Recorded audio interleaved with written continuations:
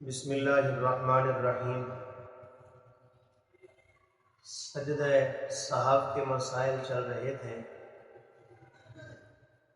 یہ بات ذہن میں رہنی چاہیے، سجدہ سہو فرائض اور نوافل میں اس کا حکم برابر ہے۔ یہ نہیں ہو سکتا کہ فرائض میں اگر سہو ہو جائے، کوئی ایسی کمی بیشی ہو جائے جس سے سجدہ سہو لازم آتا ہے، تو فرائض کے اندر تو سجدہ سہو سے اس کی تلافی ہو جائے، لیکن نوافل میں نہ ہو۔ فرائض اور نوافل دونوں میں ایک ہی حکم ہے۔ جن وجوہات سے فرائض کے اندر سہو لازم آ جاتا ہے اور سجدہ سہو سے اس کی تلافی ہوتی ہے، وہی وجوہات اگر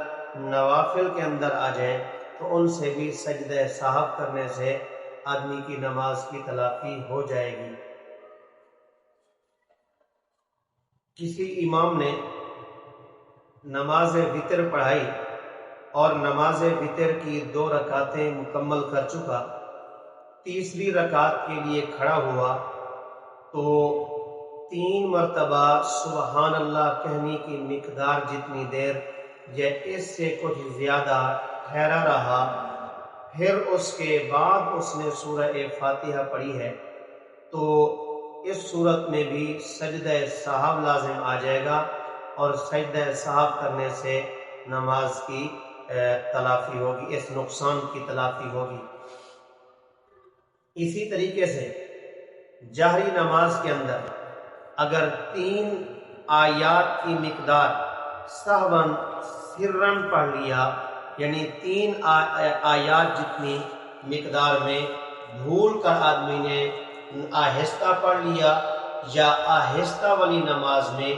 3 آیات جتنی مقدار میں اس نے جہر پڑھ لیا آدمی نے، تو اس سے بھی سجدہ سہو لازم آ جائے گا اور سجدہ سہو لازم آ جائے گا اور سجدہ سہو کرنے سے اس نقصان کی تلافی ہوگی۔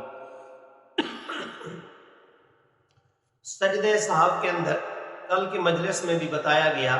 کہ 2 سجدے کرنے سے سجدہ سہو مکمل ہوتا ہے اور تلافی ہوتی ہے،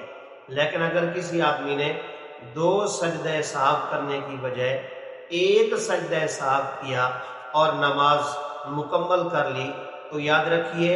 ایسی نماز کا اعادہ لازمی ہے اور اس نماز کو دوبارہ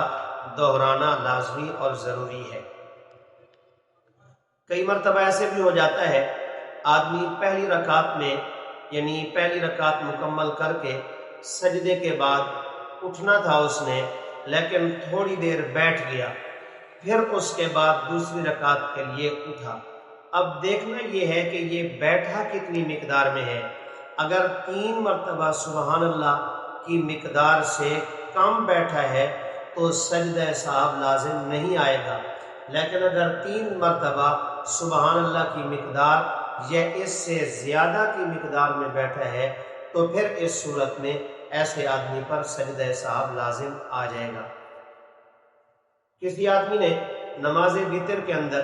دعائے قنوت نہیں پڑھی اور رکوع میں چلا گیا، رکوع میں اسے یاد آیا کہ میں نے دعائے قنوت نہیں پڑھی،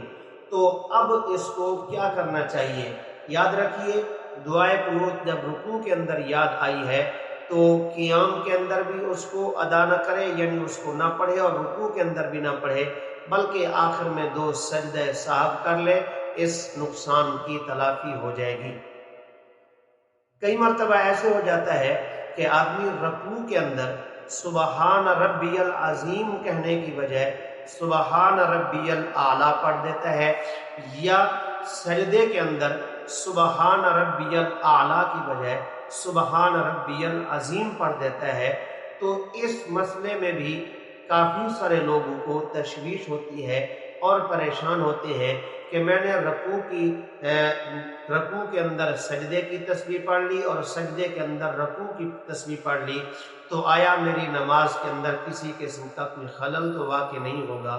یاد رکھیے ایسی صورت میں نہ نماز فاسد ہوگی اور نہ ہی سجدہ سہو لازم ہوگا۔ وما علینا الا البلاغ۔